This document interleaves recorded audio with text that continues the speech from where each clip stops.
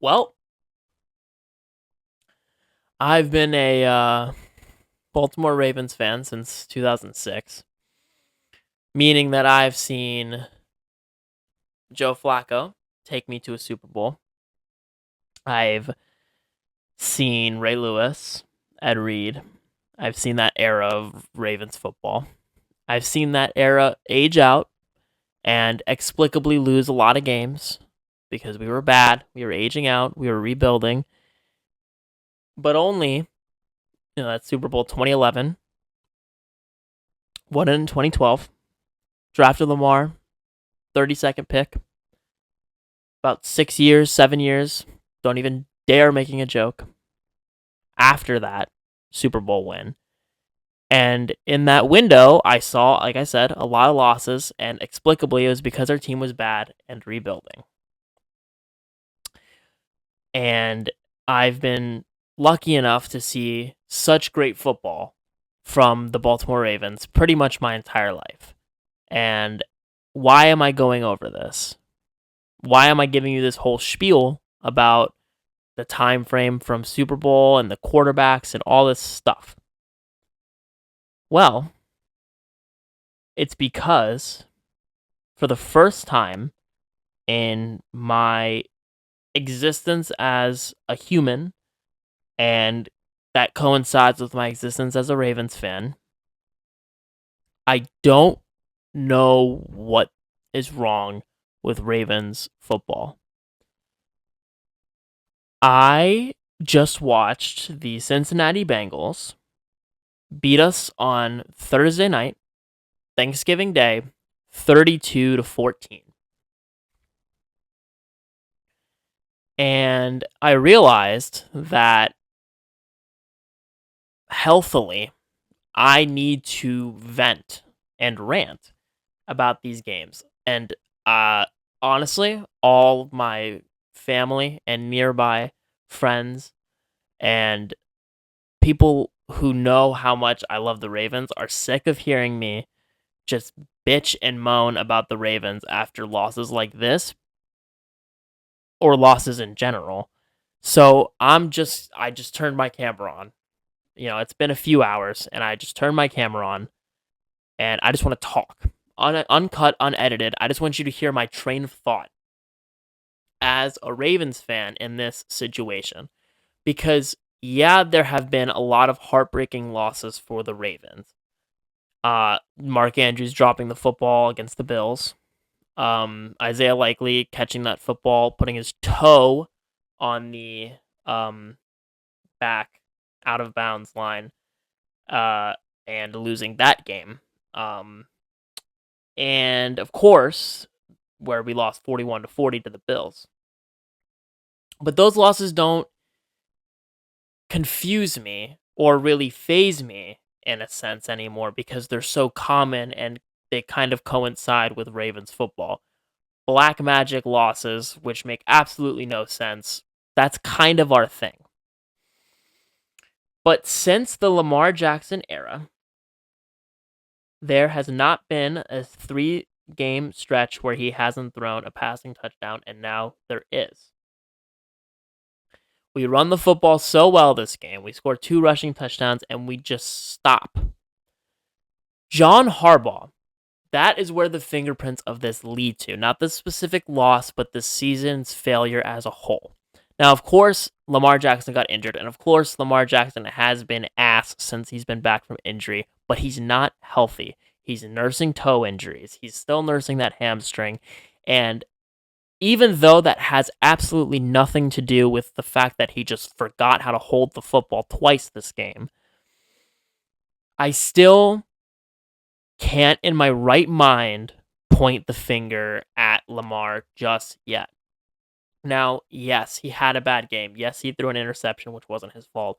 And yes, he had 2 almost very costly fumbles, which we got out of. But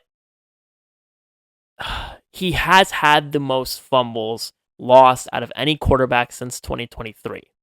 And that's not surprising considering his play style and his size and the division we're in with people like Myles Garrett and TJ Watt and all these D linemen who are coming for the ball because they know Lamar's trying to make a play. And I am not mad when Lamar fumbles the football in certain situations, when he's trying to make a play, when he's trying to extend it, and it's one of those situations where he's cocking it back and gets hit right here, he drops it behind him. Fine. These fumbles were terrible, and they pissed me off, and somehow it's still not what I'm most confused or mad about because he's injured and there's an explanation for that. And yes, that's going to have a big effect on how this game turns out, but I don't understand where the utilization of Derrick Henry has gone. He was 6 yards a carry this game. He had a touchdown. He had that great check down run. John Harbaugh doesn't use him. He doesn't use him. When it's 3rd and short, he doesn't use him. He doesn't use Derrick Henry, and if he uses him to start a drive, he gets a bad run, he gets bad luck, the O-line collapses, whatever it is. If the run is under 2 yards, John Harbaugh does not go back to him for either the rest of the drive or at least a good portion after that play is done. He doesn't try it again. He's too scared. He's too stupid. I don't know what his issue is, but he doesn't go back to him. And that happened so many times this game. And Lamar clearly isn't ready to be back into his form of extending plays and passing and doing all the wacko shit that we know he can do. He's clearly not healthy and ready and available to do that. So when you're trying to force him to do that, he's going to do stuff that's going to cause him to lose the football and panic under this pressure from the 32 ranked defense. That's another thing. This is the 32nd. This is the worst possible defense you can face right now in the NFL. And they're applying this much pressure on you, even though there are bona fide names on that O-line: Ronnie Stanley, Tyler Linderbaum, Rosengarten.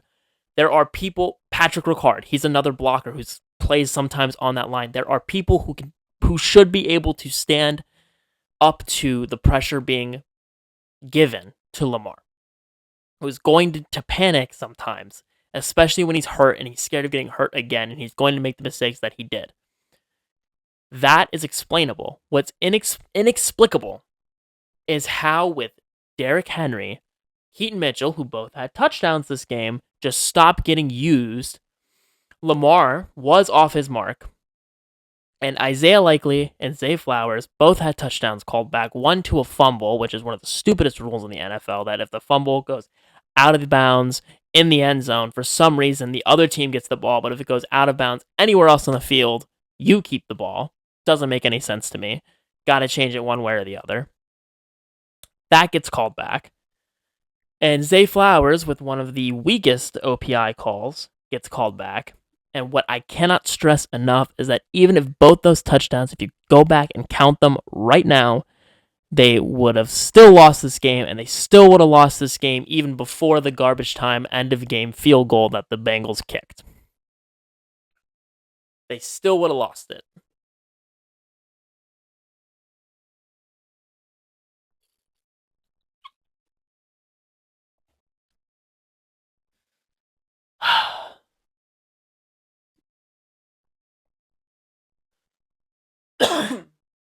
I don't know. Because the defense, I know you can say Joe Burrow's back. He clearly missed the sport. I'll say that. Because he was fantastic this game. His connection to Jamar Chase was fantastic this game. They didn't even have Higgins. They didn't have one of the best wide receiver twos in the league that made Joe Burrow so lethal, to the fact where he had fucking Jamar Chase and Higgins to pass it to at 2 separate times. And they didn't even have him. You had one job to guard Jamar Chase. You didn't really do that job. You let some bums moss you. It happened multiple times this game. You are playing one of the worst lines in the league. Pressured him very few times. A lot of times sent a 4-man rush. The pressures weren't getting there. And I don't know why. Because you have Kyle Hamilton, you have Roquan Smith, you have Kyle Van Noy, you have Uzie, you You have Nate Wiggins, who unfortunately went down. But you have these guys who can, pressure. Fucking Marlon Humphrey had a sack. How is Marlon Humphrey getting a sack? And Marlon Humphrey's been playing like dog shit this season, which doesn't make any sense considering he's been all pro before. I'm losing my voice because I'm genuinely so confused on what to do. Like, where do you go from here? You can't just fire everybody. I mean, you can, but you won't because you haven't so far. You can't fire Zach Orr because he unfortunately had an amazing stretch where he just decided not to let any team let up more than 20 on him. And now we're going to say, oh, well, look at how well he played midseason. You're playing teams like the fucking Jets. Yeah, they're not going to score 20 on you because they're the Jets. But because of this random midseason performance, he's going to keep his job, which is unbelievable. Because you saw he's still not ready. He still doesn't know how to coach defense because yes, I know Joe Burrow was there. You still let the Bengals put that many points on you. Harbaugh is literally keeping his job because of his Super Bowl. We're too scared to get rid of a coach because he won a Super Bowl. Teams get rid of coaches after they win championships if they're bad at coaching. And for some reason, because John Harbaugh won a fucking Super Bowl 14 years ago, he gets to keep his job. He clearly is not up to the play calling. Anything.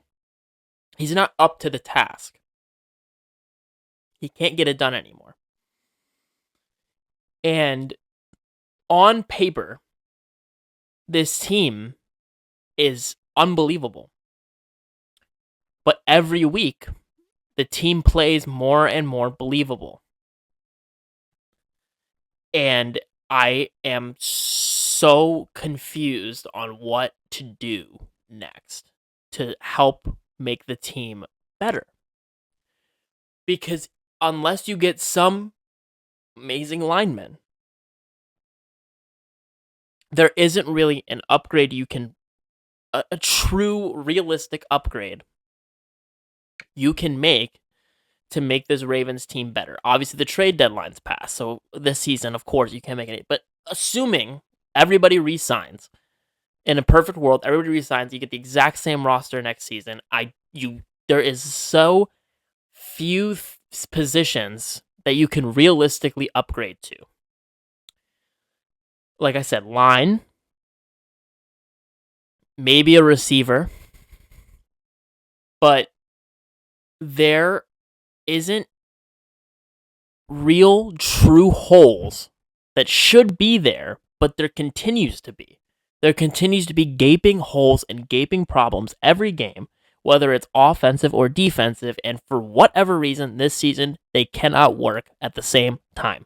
When the offense is playing like shit, the defense is out of their fucking mind, and you squeak out a win against the Jets, fine. You squeak out a win against so many sorry-ass teams like the Browns. You squeak these wins out. The only bona fide win that we have really had all season, true bona fide Ravens win, was week 2. Week 2, when we beat the shit out of the Browns. That was it. That was it. That was your bona fide Ravens win. The offense played great. Lamar played great. We played like how we looked like we should play. The first half of the Bills game. The first 3 quarters. The first fucking 55 minutes of the Bills game. We were up 15 with 5 minutes left. That's the Bills. We played like how we were supposed to play this season. And you shit the bed. You shit the bed. You do it. You're the Ravens. I get it. You beat the shit out of the Browns. You play the now 6-6 Chiefs. I believe they're 6-6. And Lamar goes down.